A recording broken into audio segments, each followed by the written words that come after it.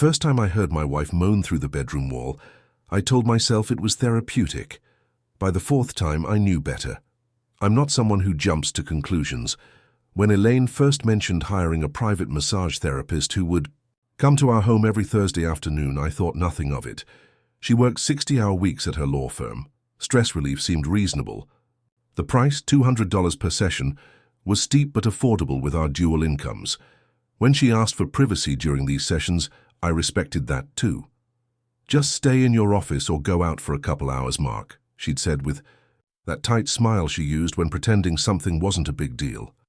I need to completely relax without feeling self-conscious. So every Thursday, I dutifully made myself scarce. Sometimes I'd work in my home office with noise-canceling headphones. Other times I'd hit the gym or meet a friend for coffee. For 3 months, that was our routine, until I found the receipt. It wasn't for massage services, it was for a hotel room at the Marriott downtown. Same day, same time as her supposed massage appointment. I discovered it by accident while looking for a tax document in her purse, something she'd asked me to find while she was on a work call. The receipt was folded neatly alongside her wallet. I slipped it back where I found it and said nothing. That night I lay awake staring at the ceiling, my mind racing. The next morning I ordered the camera. Nothing fancy, just a small black device that looked like a USB charger. It plugged directly into the wall outlet in our bedroom and connected to an app on my phone. The product description promised discreet monitoring for home security. I had a different kind of security in mind. I installed it on a Tuesday when Elaine was at work. By Thursday, I was sitting in my car 3 blocks away, watching the live feed on my phone, waiting for the truth. The doorbell rang at precisely 3:00 p.m. Elaine answered wearing a silk robe I'd bought her for our anniversary. Last year, she greeted the man with a hug that lasted too long, his hands sliding down to the small of her back. He was younger than I expected, maybe early 30s to our 40-something, tall with the kind of muscles that come from actual work, not just gym sessions. Dark hair pulled back in a man bun.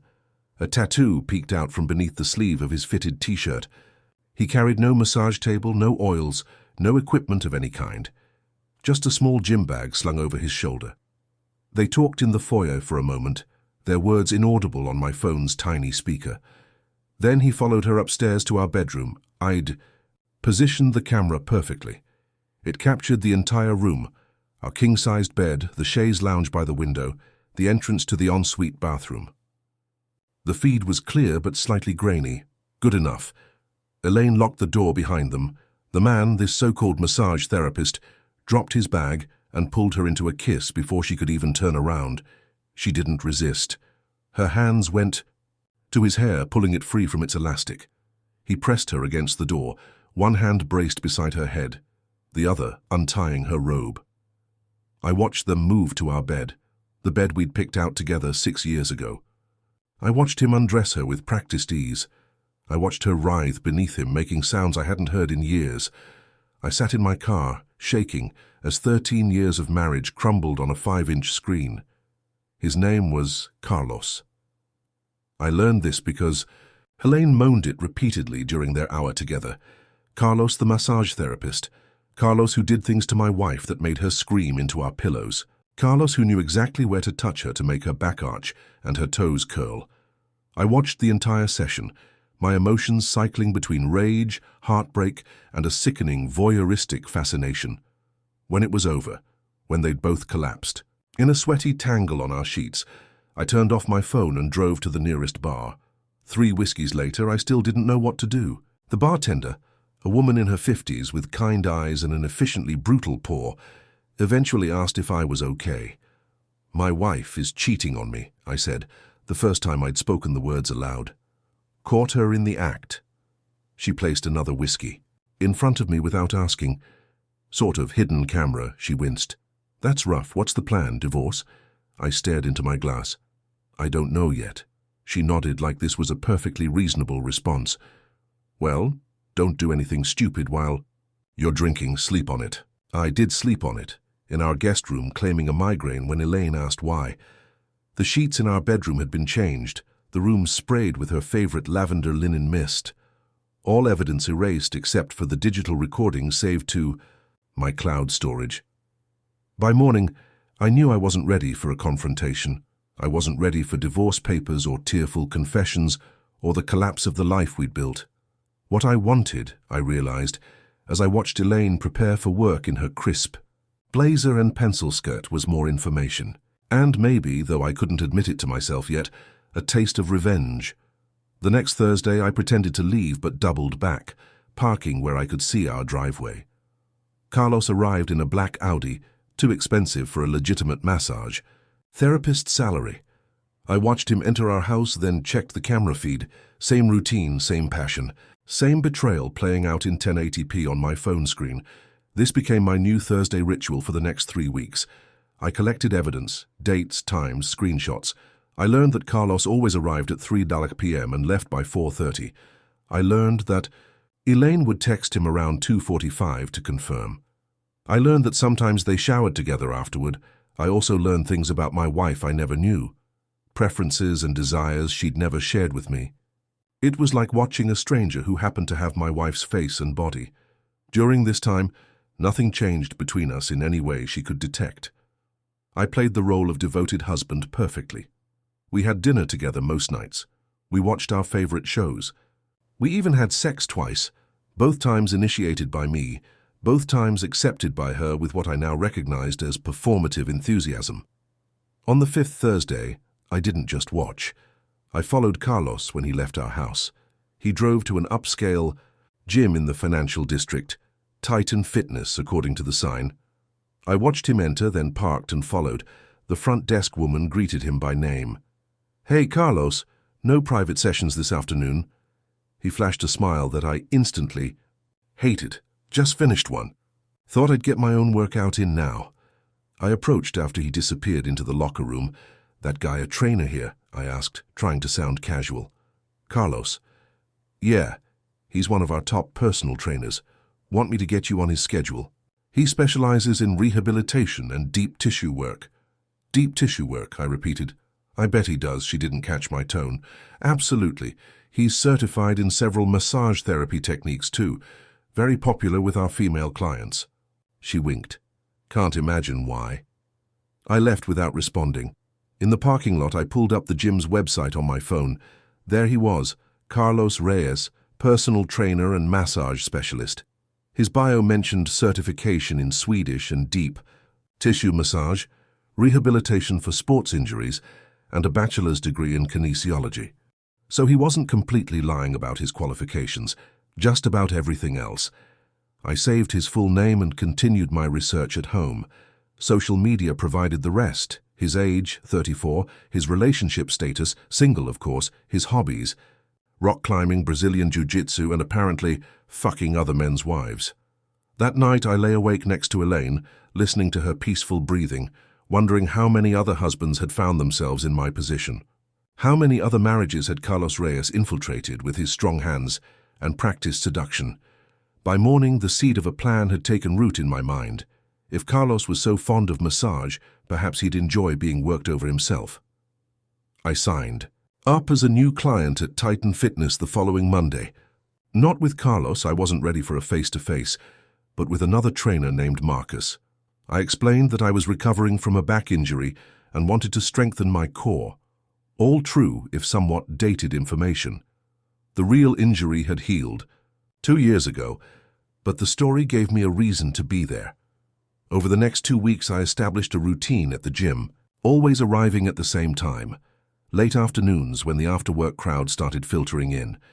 Always working with Marcus, whose drill sergeant approach to fitness suited my current mood. Always positioning myself where I could watch Carlos with his clients. He was good, I had to admit. Attentive, encouraging, professional. Nothing in his gym behavior suggested he moonlighted as a homewrecker. I watched him work with men and women of various ages, all of whom seemed to adore him. Several times I saw him decline what appeared to be flirtatious advances from female clients with practiced grace. Apparently, he selected his extracurricular activities carefully. During this surveillance period, Thursday appointments with my wife continued. I still watch sometimes, though the details had become repetitive, and the pain of witnessing it had dulled to a persistent ache rather than the sharp stab of early discovery. I began to understand that this wasn't just about sex for Elaine. There was an emotional component that was harder to stomach than the physical betrayal. She laughed with him in a way she no longer did with me. She shared confidences in the afterglow, complaining about work stresses and, occasionally, about me. My obsession with my tech startup, my emotional unavailability, my increasingly perfunctory lovemaking. These post-coital critiques stung more than the sex itself, not because they were untrue, but because they were complaints she'd never bothered to share with me directly. Problems I might have addressed if given the chance, but that was the thing about affairs, wasn't it? They were the coward's solution to marital problems, the path of least resistance. By the third week at the gym, Carlos had noticed me, not as Elaine's husband, we'd never met, and I'd been careful to use only my first name at the gym, but as a regular face, someone who belonged in his territory. We nodded to each other in passing. Once he spotted me struggling with a weight and offered a quick form correction before moving on to his client. I thanked him with the right amount of casual gratitude. The fourth week, I approached the front desk after my session and asked about massage therapy options. The same woman who'd spoken to me about Carlos the first day brightened. Definitely. We have several great therapists. Carlos is the most requested, but his schedule fills up fast. I think I've seen him around, I said. The guy with the man bun. That's him. Want me to check his availability? I pretended to consider it. Sure, why not? I could use some deep tissue work. She clicked through the scheduling system. You're in luck. He had a cancellation for this Friday at 6 p.m. Last appointment of the day. I smiled. Perfect. Book me in. Friday arrived. I told Elaine I'd be working late on a project, which wasn't entirely untrue. This was, in its way, the most important project of my life. I arrived at the gym 15 minutes early and waited in the massage area, a sectioned-off portion of the facility with private rooms branching off from a small, dimly lit reception space. The atmosphere was deliberately spa-like, incongruous with the bustling, high-energy gym just beyond a frosted glass door. Carlos appeared precisely at 6 p.m., closing the door behind him and sealing us in the hushed environment. He wore the same fitted black t-shirt and athletic pants I'd seen him in before, but his hair was down today, falling past his shoulders in dark waves. "Mark?" he asked, extending his hand. I stood and shook it firmly, meeting his eyes. "That's me." Nothing. No flicker of recognition, no sudden realization. My name, my real first name, meant nothing to him. I was just another client, another body to work on, another transaction. "First time getting a massage here?" He gestured toward one of the private rooms. "First time with you," I said, following him. "I've heard you're very thorough," he chuckled. "I try to be." "Any particular areas bothering you today?" The room was simple but comfortable, a professional massage table in the center, soft music playing from hidden speakers, the scent of eucalyptus in the air. "Lower back, mainly. Old injury that flares up when I'm stressed." He nodded knowingly. "I see that a lot. Why don't you undress to your comfort level and lie face down on the table? I'll knock before coming back in." He left, and I stripped to my boxer briefs before positioning myself on the table, face resting in the cushioned cradle. My heart was pounding, but not from nervousness. I felt strangely calm, even as adrenaline coursed through my veins. Carlos knocked and re-entered. I heard him warming oil between his palms before placing his hands on my shoulders. "Let me know if the pressure is too much," he said, beginning to work. His hands were strong, his technique undeniably skilled. I could see why Elaine had been drawn in initially, if she'd actually started with legitimate massage therapy. "So," I said conversationally, as he worked on a knot in my shoulder, "do you do house calls too, or just work from the gym?" His hands paused for just a microsecond before continuing. "Occasionally for long-term clients. The gym prefers we work on site, though." Must be nice getting to know your clients in their home environment, more personal." "It can be," he agreed, his voice neutral as he moved down to my mid-back. "Everyone carries stress differently. Sometimes the home setting helps people relax more fully." I almost laughed. "I'm sure it does." We fell silent as he continued working, moving down to my lower back where I'd claimed the problem was. His thumbs dug into the muscles on either side of my spine, and despite everything, I found myself actually relaxing under his ministrations. "How you carry a lot of tension here," he commented. "How long has this been bothering you?" "Recently it's gotten worse," I said. "I think it's the stress of my wife's affair." His hands froze on my back. I continued calmly. "It's amazing how much physical tension, emotional betrayal can create, don't you think, Carlos?" He withdrew his hands completely. "I think there's been some misunderstanding." "No misunderstanding." I turned my head to look at him. "Every Thursday, 3 p.m., my bedroom, my wife." The color drained from his face as recognition finally dawned. "You're Elaine's husband." "Mark Wilson," I confirmed, turning over and sitting up on the table. I made no move to cover myself or to seem threatening. I simply sat there half-naked and utterly composed. "We haven't been formally introduced, though you've been fucking my wife for nearly 4 months now." He took a step back, eyes darting, to the door. "Look, man, I didn't know she was married at first." "Don't insult my intelligence," I cut him off. "You go to our house. You have sex in our bed. There are wedding photos on the goddamn nightstand." He swallowed hard. "What do you want? Money? Because I don't want your money, Carlos." I reached for my pants and pulled out my phone. "What I want is for you to look at something." Reluctantly, he stepped forward as I pulled up a video on my screen. It was footage from the previous Thursday, him and Elaine on our bed. I'd edited it down to a particularly explicit 2-minute segment. "Recognize this?" I asked. His jaw tightened. "You recorded us? That's illegal." "In my own home, with cameras I installed for security purposes?" "I don't think so, but feel free to consult an attorney." I paused the video. "I'm not here to threaten you, believe it or not. I'm here to make a proposition." Confusion replaced fear on his face. "What kind of proposition?" I put my phone away and started getting dressed. "Finish the massage first. I'm paying for the full hour after all." He hesitated, clearly trying to assess whether I was unstable or dangerous. Finally, he gestured for me to lie back down. "Turn over." I complied, and he resumed working, though his touch was more tentative now. After a few minutes of silence, he spoke. "So, what's this proposition?" I closed my eyes, enjoying the absurd power dynamic of having my wife's lover work the tension from my muscles while awaiting my terms. "I want you to break it off with Elaine," I said. "Not immediately. I'll tell you when and how." "That's it? You just want me to end things?" "That's part of it. The rest depends on how convincingly you can follow instructions." His hands stilled again. "I'm not going to hurt her," I snorted. "A little late for moral qualms, isn't it?" "But no, I don't want you to hurt her physically. Emotionally, though, that's another matter. Why not just confront her yourself? Why involve me in your marriage drama?" I sat up again, looking him directly in the eyes. "Because you involved yourself the moment you decided to fuck my wife. Now you get to help fix what you broke." He met my gaze, and I saw calculation behind his eyes. He was weighing options, considering whether to tell Elaine, whether I was bluffing, whether he could simply walk away from the situation. "I have the video backed up in multiple locations," I said, reading his thoughts. "And I know where you work, where you live, and who your other clients are." This last part was a bluff. I'd only followed him to the gym, not home, but he couldn't know that. "What exactly do you want me to do?" he asked finally. "For now, nothing changes.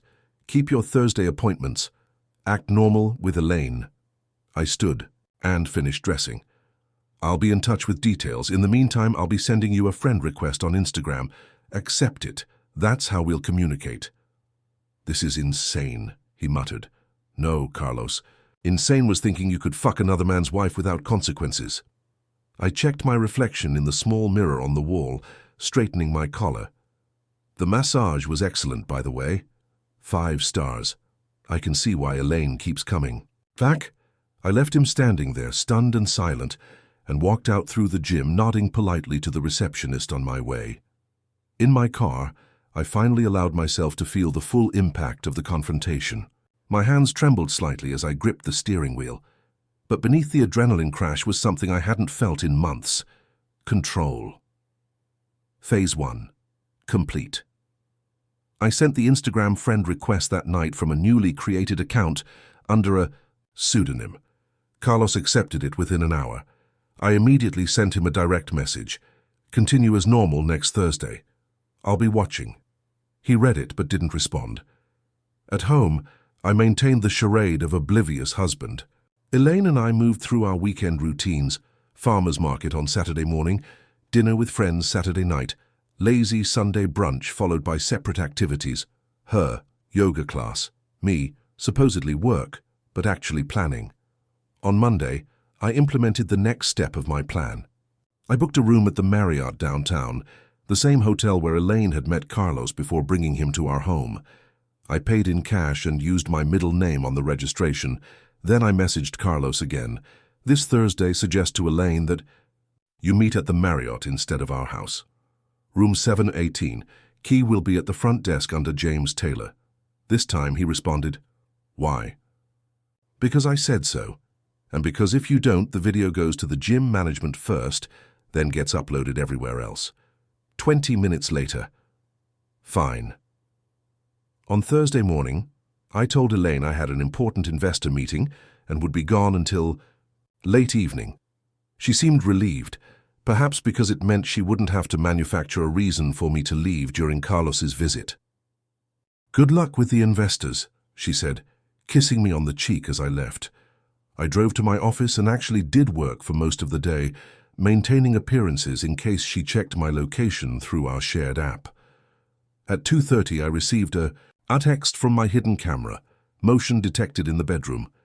Elaine was home early preparing for her rendezvous. I watched as she showered, styled her hair, and applied makeup with meticulous care.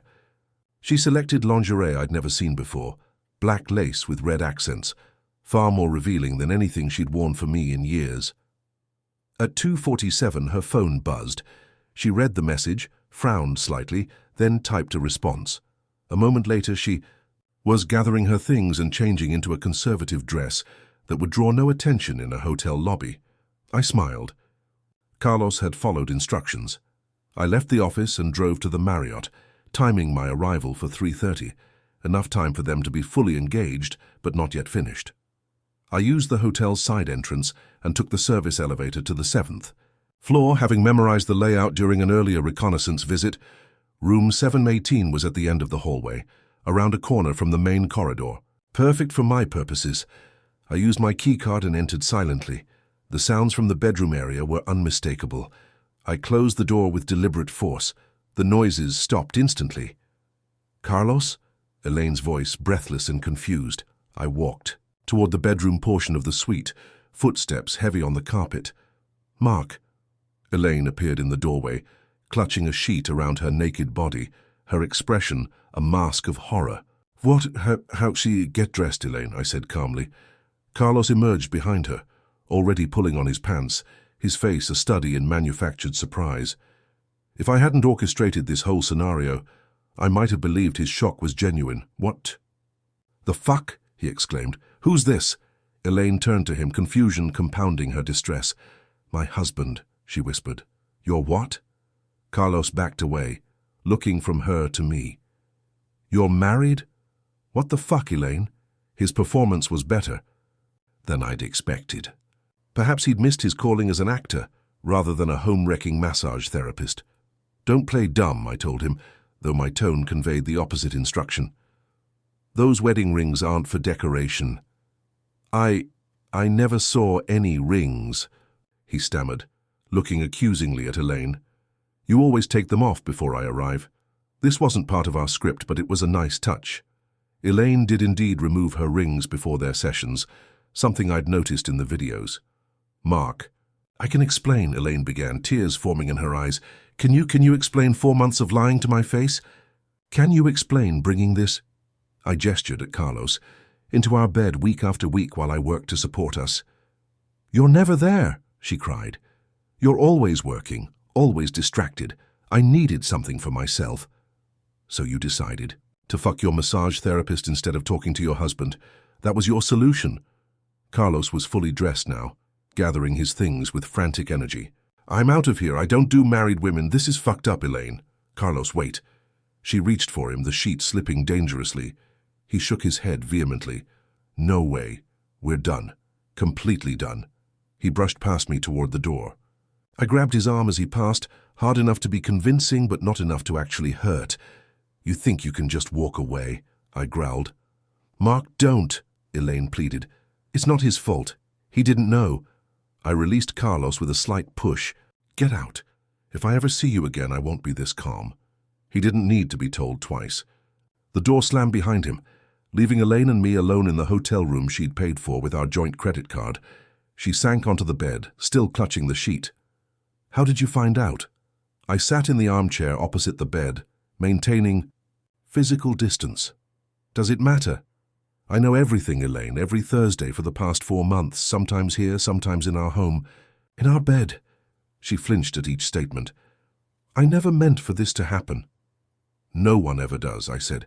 But you made choices, dozens of them. Every time you texted him, every time you took off your wedding ring, every time you lied about where you were going. I was lonely, she whispered. You were selfish, I corrected. If you were lonely, you could have talked to me. You could have suggested counseling. You could have done 1,000 things other than betray every promise. We've made to each other. Tears streamed down her face now. What happens now? I stood up. Now you get dressed. I've already packed a bag for you. It's in the car. You'll be staying with your sister while I decide whether this marriage is worth saving. You're throwing me out? Her voice rose in disbelief. You threw yourself out the first time you brought him into our home. I walked to the door. I'll wait in the lobby. You have 10 minutes. The drive to her sister's house was silent.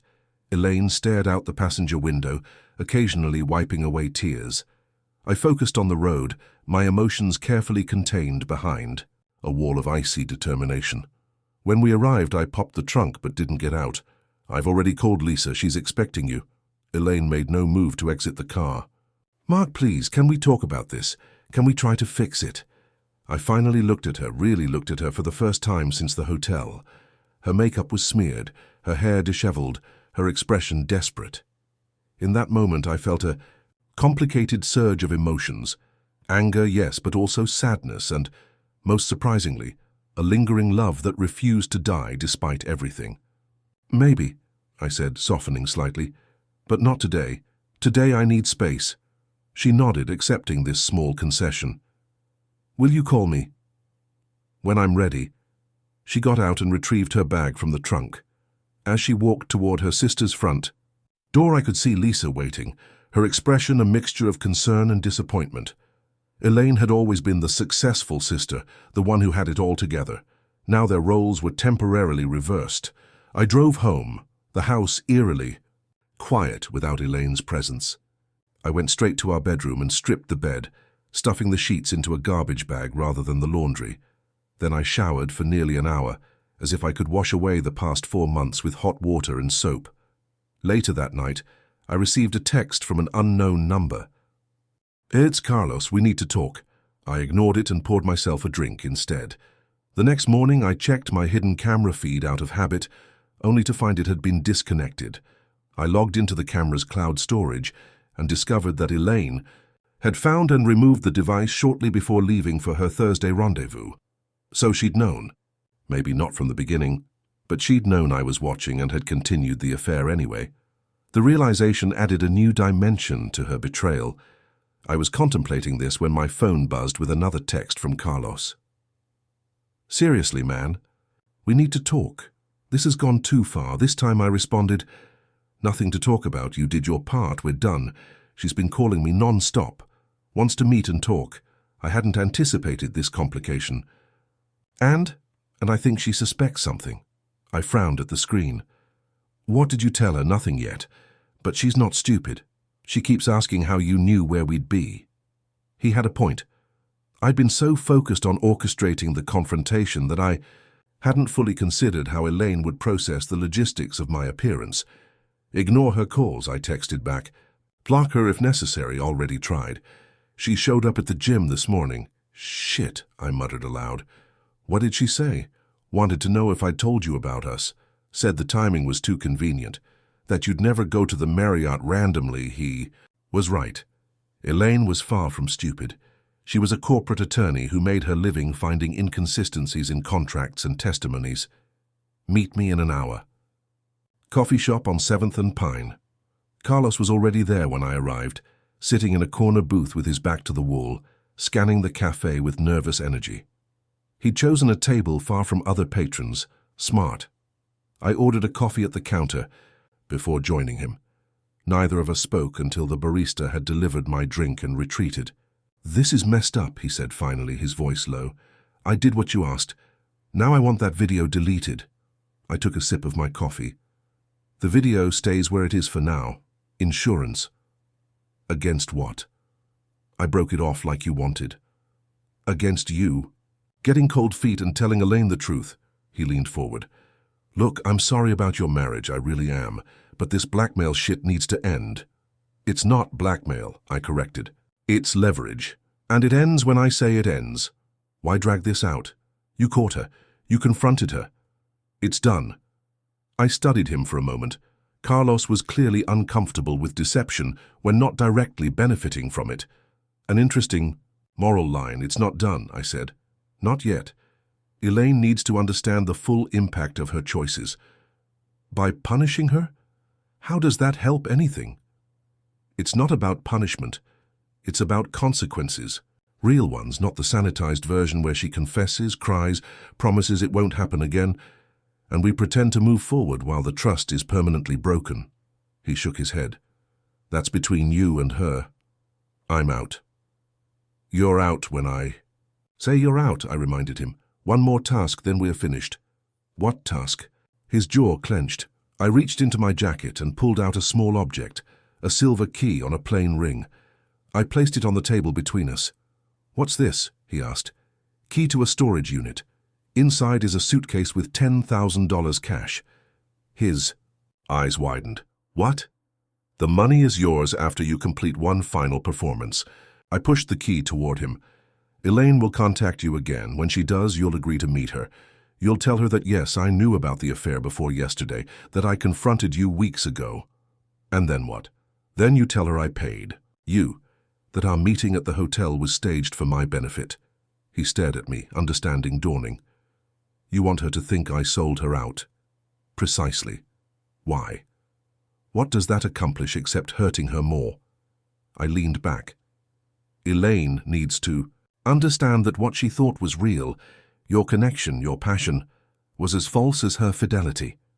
She needs to face the fact that she destroyed our marriage for a fantasy. That's cruel. Crueler than fucking another woman's husband in her bed. Crueler than lying to my face for months." I kept my voice even despite the anger bubbling beneath the surface. "This isn't about cruelty, it's about clarity." Carlos didn't touch the key. "And if I refuse? Then the video goes public. Your employer gets it first, then your other clients, then the internet at large." I shrugged. "Your choice." He was silent for a long moment, eyes fixed on the key. "When does this end? How do I know you won't keep demanding more?" "After this, we're done. You'll never hear from me again." Finally, he reached for the key, hesitating just before touching it. "How do I know the money is really there?" I pulled out my phone and showed him a photo I'd taken that morning, the open suitcase, filled with banded stacks of cash. "Unit 247 at Secure Space on Westlake. The money's yours as soon as you talk to Elaine." He took the key, his expression conflicted. "This won't fix your marriage." "That's not your concern." He stood to leave, then paused. "For what it's worth, she talked about you all the time, about how much she missed the way things used to be between you." "Then she should have talked to me instead," I said, the words coming out harder than I'd intended. Carlos just nodded and walked away, the key clutched tightly in his hand. 3 days passed. I stayed in our house. Elaine remained at her sister's, and we communicated only through brief logistical texts. She asked to come home twice. Both times I told her I wasn't ready. In reality, I was waiting for Carlos to fulfill his end of our agreement, waiting for the final act to play out. On the 4th day, Elaine called instead of texting. I almost didn't answer, but curiosity won out. "I need to see you," she said, her voice thick with emotion. "Please, Mark, we need to talk." About what? I asked, though I suspected I knew. Not over the phone. Can I come to the house? Just for an hour? I agreed, setting the time for that evening. Then I poured myself a drink and waited, wondering exactly what Carlos had told her. She arrived precisely at 7, looking simultaneously put together and broken down, her clothes and makeup impeccable, but her eyes hollow with exhaustion. I invited her in without touching her, maintaining physical distance as we moved to the living room. "Would you like something to drink?" I offered, a parody of normal hospitality. "No." She sat on the edge of the sofa, hands clasped tightly in her lap. "I spoke with Carlos yesterday. I said nothing, waiting. He told me everything, Mark, about how you confronted him weeks ago, about how you—" She swallowed hard. "Paid him to keep seeing me so you could catch us together." I sat down across from her. "And? Is it true? Did you orchestrate that whole scene at the hotel?" I took a deliberate sip of my drink. "Yes." Her eyes filled with tears. "Why? Why not just confront me when you first found out?" "Because you needed to understand what you'd done, not just to me but to yourself. By humiliating me, by paying my lover to betray me, by showing you the reality of what you thought was love," I corrected. "It was never real, Elaine. He was never who you thought he was. That doesn't justify—" "No," I cut her off. "You don't get to lecture me about justification, not after 4 months of lying to my face, not after bringing that man into our home, into our bed." She flinched as if I'd slapped her. "How did you find out? Carlos wouldn't tell me." "Does it matter?" "Yes," she insisted. "I need to know." I considered lying, but what was the point now? "I installed a camera in our bedroom after I found the hotel receipt in your purse." Her eyes widened in shock, then narrowed in anger. "You spied on me for how long?" "Long enough to see everything, to hear everything." I finished my drink. "Including all the things you told him about me, about us, when you thought you were alone." The color drained from her face as she processed the implications. "You recorded us without consent. That's illegal." I laughed without humor. "That's your concern? The legality of how I discovered your infidelity? Not the infidelity itself?" "Of course, I care about that too," she said quickly. "What I did was wrong, I've admitted that. I'm trying to take responsibility. Are you? Because from where I'm sitting, you're still more focused on what I did wrong than on your own actions." She was quiet for a moment, tears streaming silently down her face. "I'm sorry, Mark, truly sorry. I never meant to hurt you like this. But you did hurt me," I said, my voice softening slightly. "You broke everything we built together." "For what? For some fantasy romance with a man who sold you out the moment it benefited him?" "It wasn't like that," she whispered. "It was exactly like that. He took my money and played his part perfectly, just like he took your money and played the devoted lover." "So what happens now?" she asked, echoing her question from the hotel. "Is this it? Are we over?" I stood and walked to the window, looking out at the darkening sky. The truth was, I didn't know. The revenge I'd planned had played out perfectly, but it hadn't brought the closure I'd expected. Instead, I felt hollow, drained. "I don't know," I admitted. "I'm not sure there's anything left to save." She joined me at the window, careful not to touch me. "I think there is, if you're willing to try." "Why should I?" "Because 13 years shouldn't end like this." She hesitated. "And because I think you still love me despite everything. Otherwise, why go to such lengths? Why not just divorce me immediately?"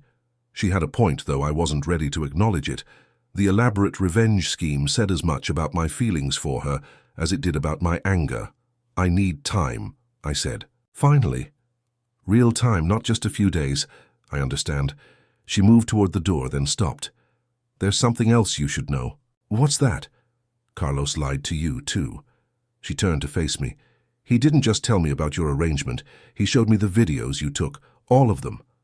My blood ran cold. "What?" "When I met him yesterday, he had them on his phone. Said, you'd sent them to him as proof you weren't bluffing about your threats." Her eyes met mine, challenging.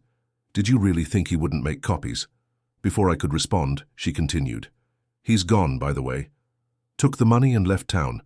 Said neither of us would ever see him again." She opened the door. "I'll give you the time you need." But when you're ready to talk, really talk about where we go from here, remember that we've both made terrible choices. Maybe that means we deserve each other." The door closed behind her with a soft click, leaving me alone with the realization that my perfect revenge had backfired in ways I never anticipated. Carlos had played both sides against the middle, taking my money while ensuring Elaine knew exactly how far I'd gone to orchestrate her humiliation. I poured another drink and tried to decide if it mattered. The truth was out, messy, complicated, and painful for both of us. Maybe Elaine was right. Maybe our matched capacity for deceit and vengeance meant we were perfectly suited after all, or maybe it meant we'd already destroyed whatever was worth saving. 2 weeks passed. I stayed in our house. Elaine remained at her sister's. We didn't communicate at all. I threw myself into work, staying at the office until midnight most days, then coming home to an empty house that no longer felt like mine. The bedroom remained off limits. I'd moved my things to the guest room the day after confronting Elaine at the hotel. On a Friday night, after everyone else had left the office, I found myself staring at my computer screen, unable to focus on the spreadsheet in front of me. Without conscious decision, I pulled up my email and began typing a message to Elaine. "I'm ready to talk. Tomorrow, 2 p.m., Riverside Park, near the fountain, if you still want to." Her response came within minutes. "I'll be there." The next day, I arrived, early, and claimed a bench with a view of the water. The October air was crisp, carrying the scent of fallen leaves and wood smoke. I watched families stroll past, couples holding hands, children chasing each other with shrieks of laughter. Normal, people living normal lives, untouched by the kind of betrayal and revenge that had consumed me for months.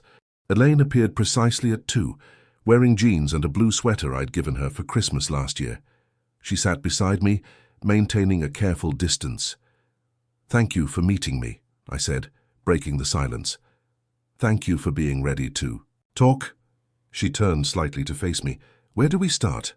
I'd rehearsed this conversation a dozen times in my head, but now that the moment had arrived, my carefully prepared words evaporated.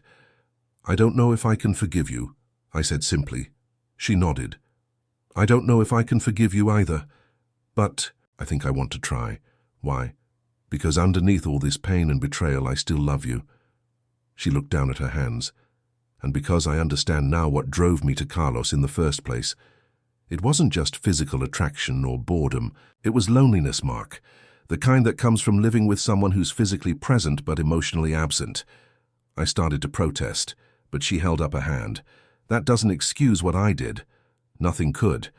But if we have any chance of rebuilding, we both need to acknowledge the cracks in our foundation that were there long before Carlos entered the picture." She was right, and we both knew it. I'd buried myself in work for years, telling myself it was for our future, for our security. In the process, I'd stopped being a partner and become more of a roommate who occasionally shared her bed. "I miss who we used to be," I admitted. "Before all of this. Before I became obsessed with the startup. Before you started looking elsewhere." "Me too." She hesitated. "Do you think we can find our way back? Or at least forward to something new?" "I don't. No. But I think it might be worth trying." She reached for my hand tentatively. After a moment's hesitation, I let her take it. "Counseling," I said. "If we're going to do this, we need professional help. Both of us." Agreed. "And complete honesty. From now on, about everything." She nodded. "No more secrets, no more cameras, no more lies." We sat in silence for a while, watching the fountain spray diamond droplets into the autumn sunlight.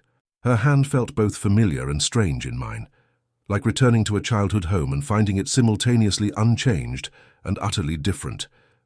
"We should probably burn those sheets," she said suddenly. "Despite everything," I laughed. "All ready." "Done."